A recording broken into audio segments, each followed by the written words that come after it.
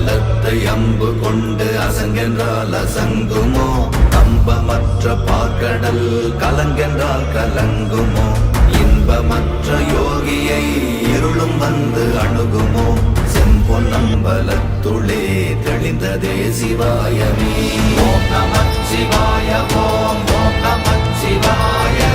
ஓம் நமச்சிவாய ஓம் ஓம் நமச்சிவாய ஓம் நமச்சிவாய ஓம் ஓம் நமச்சிவாய ஓம் நமச்சிவாய ஓம் ஓம் நமச்சிவாய